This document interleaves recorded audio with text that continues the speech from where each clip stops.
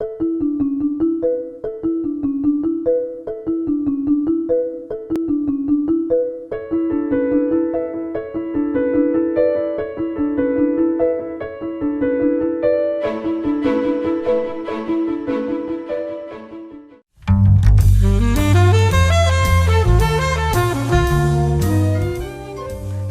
I'm Nyesha McCauley, and you're watching AccessTV.org.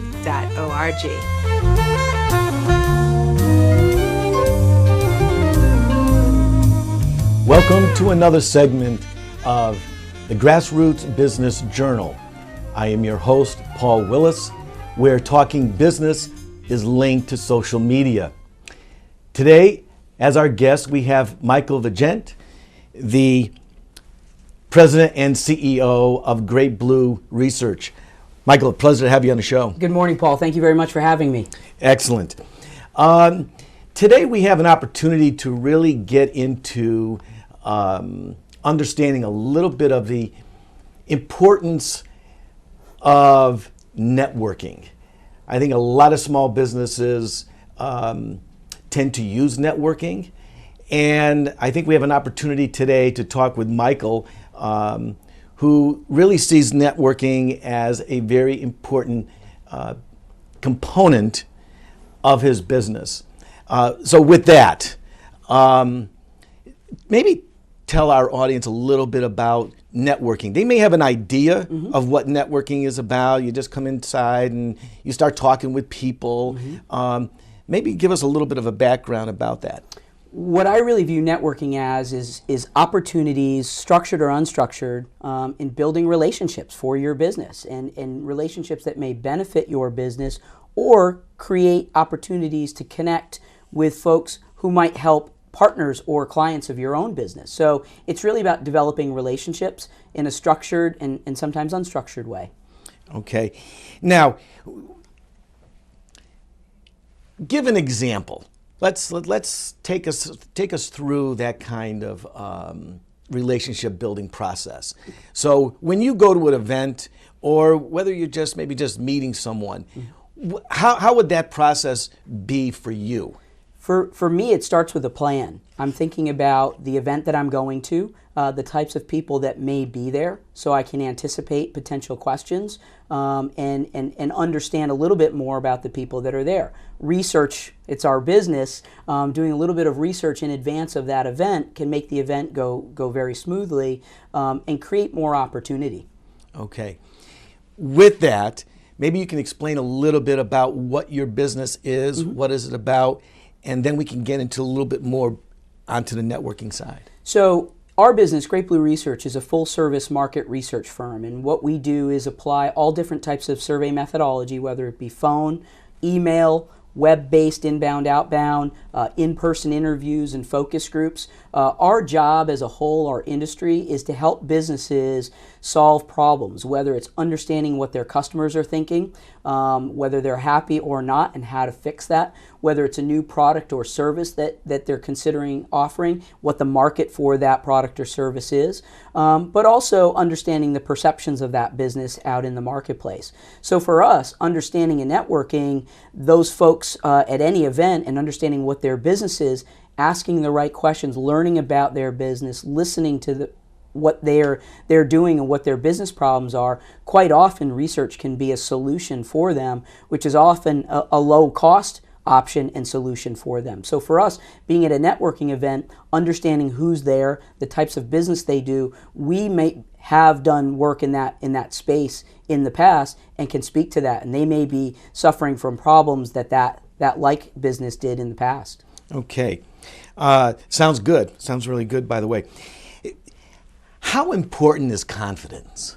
Confidence is very important. When you walk into any networking event, if you are the person that's sitting off in the corner of the room being very shy, you're less likely to meet people. And the reality is many folks are nervous when they're at a networking event. So having that confidence, walking up to somebody, making eye contact, listening to the responses, asking about their business.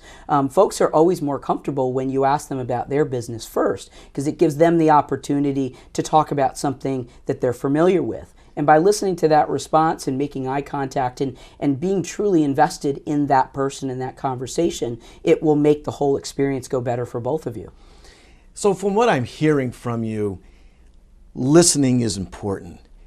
And so it's not like where if two people are getting together, one person really is dominating and really wanting to get their business across. Have you seen that in the past, and have you tried to restructure or present yourself in a better vein? Absolutely. So I think there's a couple of key components there. It's number one, understanding your personality type. I'm more of an extroverted person, so I have a tendency to be that person that does more talking. Whereas if you're talking with someone that's an introverted person, you have to change your tone to modify to theirs. I've got to listen more. When I'm talking with an extroverted person, we might be thinking while we're talking and speaking very quickly, whereas when I'm speaking with an introvert person, I need to listen more and allow them the time to process their thoughts. And not one personality type is better than the other. It's just understanding who you're talking to. And I think the other component is understanding quality versus quantity. I don't go into a networking event thinking, how many business cards can I pass out? I go into every networking event with the goal of reaching 2 to 3 new relationships. Because after the networking event is over, you also need what is more important than listening and having a good, confident conversation is the ability to follow up. If you have a great conversation and don't follow up, all of that is lost. I find it's easier to follow up and build a relationship with a few folks than trying to do that with 20 or 30 folks. Now, with that in mind, I have gone to several networking events. How important is it to know the structure of that networking event as far as time is concerned? Now, you mentioned a couple of things about having a good quality conversation. Can that be done in 3 minutes? As an example, if you have close to 20 people or 30 people at a networking event, how is it that you're able to reach each one of those people and get that conversation across and have a meaningful and quality time with that person? Can you explain a little bit about that? So the approach that I take, and there's many different approaches to doing it, but the approach that I take is the minute I kind of lock in on a good quality potential prospect contact, whether they're a prospect for me or one of my partners, I don't always walk into an event looking for who can I do business with today. I'm looking for personality types that I enjoy speaking with, that I have good conversation with. And sometimes in the 3-minute conversation, one neat trick, if you will, is getting to know the organizer of the event. So you can cut down a lot of time by getting to know that organizer and saying, here's my goal for this evening. I'm really looking to meet someone who provides a web-based service or a public relations-based service or a research-type service or an advertising service. That organizer can usually lock you in, oh, well, then you want to talk to Sally, Bill, and Joe. And kind of point them out or even foster an introduction. That saves a lot of time. The second point, when you do get into and you don't have that opportunity to meet the organizer, is as you start that conversation, asking folks about their goals. What are your goals for the evening? Who are you looking to meet? That is something that I often ask when I'm at a networking event, because it gets them the ability, the person that's standing across from you, the ability to talk about why they're there, and whether I know someone in the room or in my network. I say, hey, listen, you know what? I know someone, if I do, I know someone that might be able to help you out with that. If it's okay with you, let's exchange cards and maybe we can have a follow-up conversation after the event so that you can certainly go meet others in the event as well. So I think it's really understanding and being aware of what your goals are and using that in the conversation to have that quick elevator pitch about your business, asking them first what their business is, and after listening to the answer and hoping they ask you that question in return, having a 20-second, 30-second version available so it doesn't take you 20 minutes to explain your business.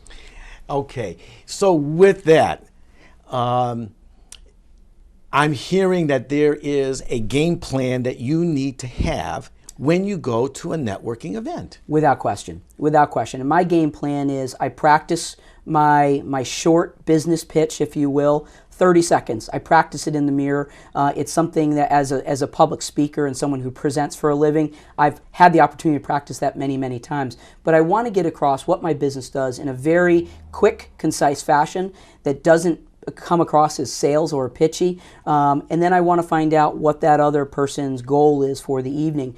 The minute I know that, then it gives us a framework for the conversation. If they're looking for web services, I can talk about, hey, here's the group that we use. If you'd like an introduction, I'd be happy to do that. I've now just provided that person with a resource or with something that gets them closer to their goal. So I always go in with the approach of quick, clear, concise, confidence, and giving the person that I'm speaking to something for free. Whether it is an opportunity, a contact of mine, an introduction. Now, I'm trying to go back up a little bit, and that is to focus a little bit on the confidence. Mm-hmm. How do you project confidence? Now, just from our introduction here today, mm-hmm. before we came on the air, I saw confidence in just who you were, just your body language. How important is that in a networking event? Extremely important. And I think a lot of it is practice, right? So it's practice, practice, practice.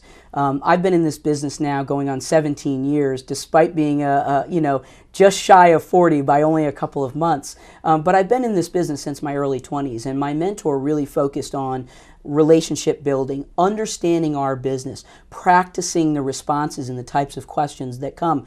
I wasn't always that way. It came from a lot of practice, and it comes from preparation. So understanding what it is you're going to be talking about, understanding what your goals are, you have the ability to design questions that you want to ask and rehearse those questions. So for me, it's a lot of practice. It's a lot of preparation, and it's not just winging it. It's really understanding what's my goal for this evening. My goal for this evening is to meet 2 to 3 people that are potential partners that can help me in this product or service. But at the same time, I want to be able to help them achieve their goals. And so there's a common interest.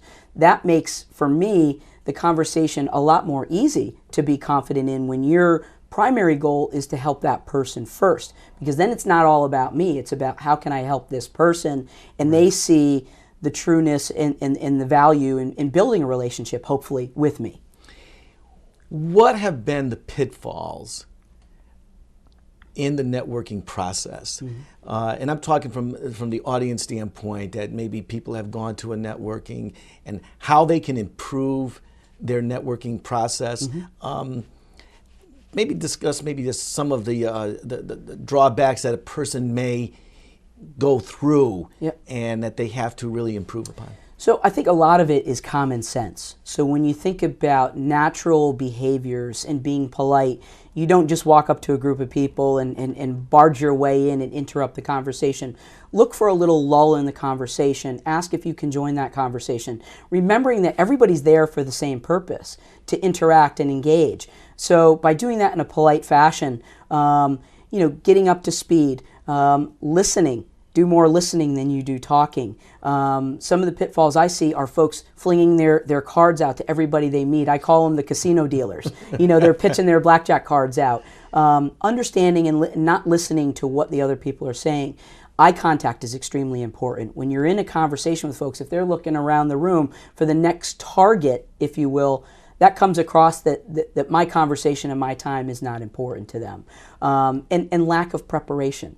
A lengthy conversation about what it takes to do your business. If it takes you 5 minutes to explain your business, I'm going to immediately potentially perceive you as unprepared and someone that's going to take a lot of time to get where they need to go.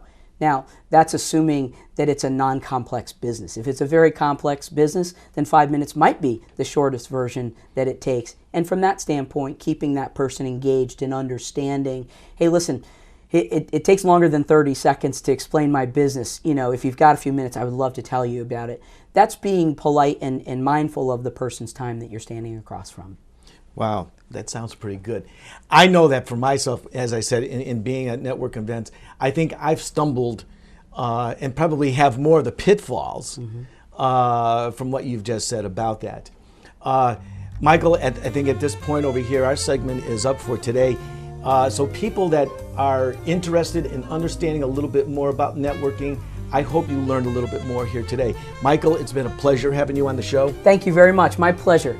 Very good. Michael Vigeant, President and CEO of Great Blue Research. Get in contact with them. Until next time, keep talking business. I've been your host, Paul Wilusz, on the Grassroots Business Journal. See you next time.